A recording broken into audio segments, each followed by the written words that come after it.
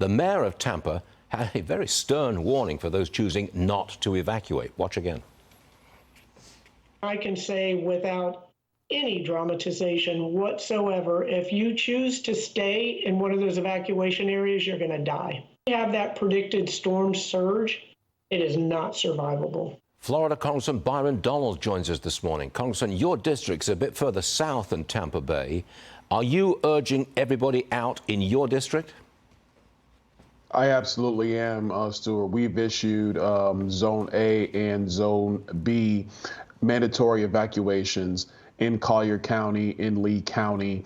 I know that the same has occurred in Charlotte County, zones A, B, and C. In Charlotte County, Florida, the storm surge from this storm is serious. It is definitely life-threatening. People will not be able to survive it. And I think it's important to note, Stuart, two things. One, shelters are open throughout Lee County, Collier County. I know Charlotte County, we have 13 open in Lee County. Second thing I will tell residents, do not stay if you're west of US 41. Please evacuate. The sheriff's department will not be able to go out and do emergency rescues if sustained winds are over 45 miles per hour.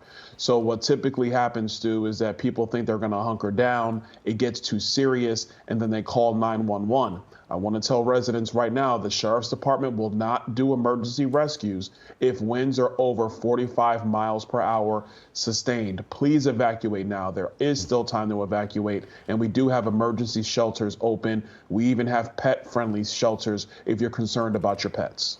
Congressman, I want to talk about FEMA and money. 80 organizations have signed a letter calling on Congress to return and pass more FEMA funding. Why can't Biden just take funds from someplace else and give it to FEMA? Does he need Congress to do that? Well, I think the issue we're talking about is the disaster fund within FEMA.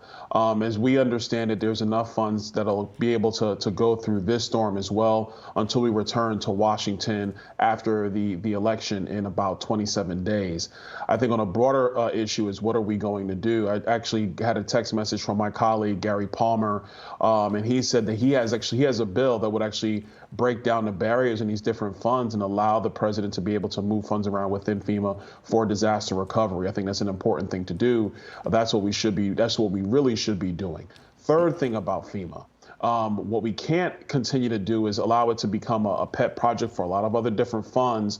I think what's been reported is that there has been about $1 billion or so that's gone to illegal immigrants. That is in another fund under FEMA, not in a disaster relief fund. But that being said, what is the priority of this federal government? The funds for these disasters, whether it's Hurricane Milton, Hurricane Helene, if you want to go back to Irma, Debbie, Ian, the wildfires in Maui, Hawaii, the priority has to be the American people first, second, and third. It can't be these other side projects of this administration or any administration.